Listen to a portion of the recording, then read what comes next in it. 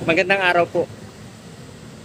Meron lamang akong nais na ipanood at iparinig sa inyo. Ito po ay isang homily ni Father sa ginanap na Palm Sunday Mass kahapon. Sama-sama po nating pakinggan at kilalanin kung sino ang mga tumatayong ating manunubos. Sa pamamagitan ng palad ni Jesus, tayo ay kanyang iniligtas. At ano yung palad na iyon? P-A-L-A-D. Pawis at luha at dugo. Diyan tayo tinubos ni Jesus.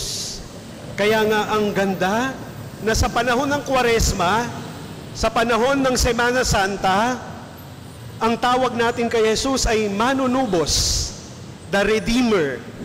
Bakit siya manunubos? Kasi taga-tubos siya. May kapalit, may kabayaran ang kanyang pagtubos sa atin sa pamamagitan ng kanyang pawis at luha at dugo. Si Jesus ay manunubos.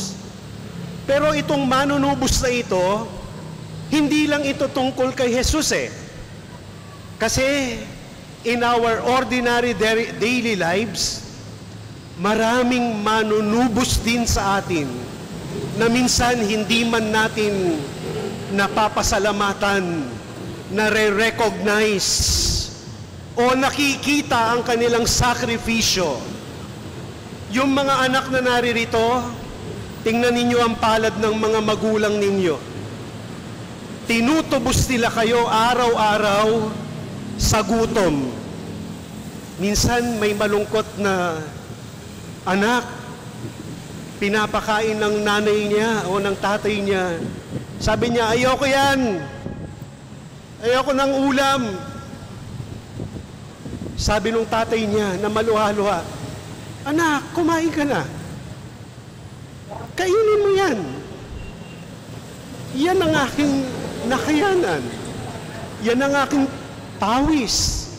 Yan ang aking dugo. Yan ang trabaho ko. Yan ako sa hapag mo. Minsan may mga malungkot na kwento ng mga batang hindi marunong tumanaw ng utang na loob sa mga tumutubos sa kanila sa araw-araw. Mga manunubos na magpigpag minsan di man natin pinasasalamatan. Kaya ang ating Panginoong Hesus, hindi niya kailangan ng mga cheerers at admirer Ang kailangan niya, companion. Hindi lang tayo tagawagayway ng palaspas, kundi karamay sa paspas, dadamay sa mga hampas. Kaya sana matuto tayo sa mga tumutubos sa atin na kahit wala mang humahampas sa kanila o humahagupit sa kanila na mga amo o boss, alam natin ang mga pinagdaraanan nila.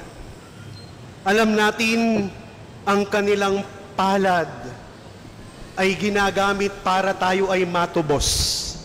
Kaya idalangin natin sa Diyos at ipagpasalamat sa Kanya ang mga katulad niyang mga manunubos. Araw-araw, ginagawa ang lahat para tayo ay tubusin din at damahin din sa mga hampas natin sa buhay. Amen. At ayun na nga po. Sana po ay napakinggan ninyo na mabuti yung homily ni Father. Nang sa ganon ay nakilala natin at nalaman ang mga taong tumatayong ating manunubos kung saan sila ay ang ating mga magulang. Sana po ay pahalagahan at bigyan nating importansya ang mga bagay na binibigay sa atin ng ating mga magulang, ang ating mga manunubos.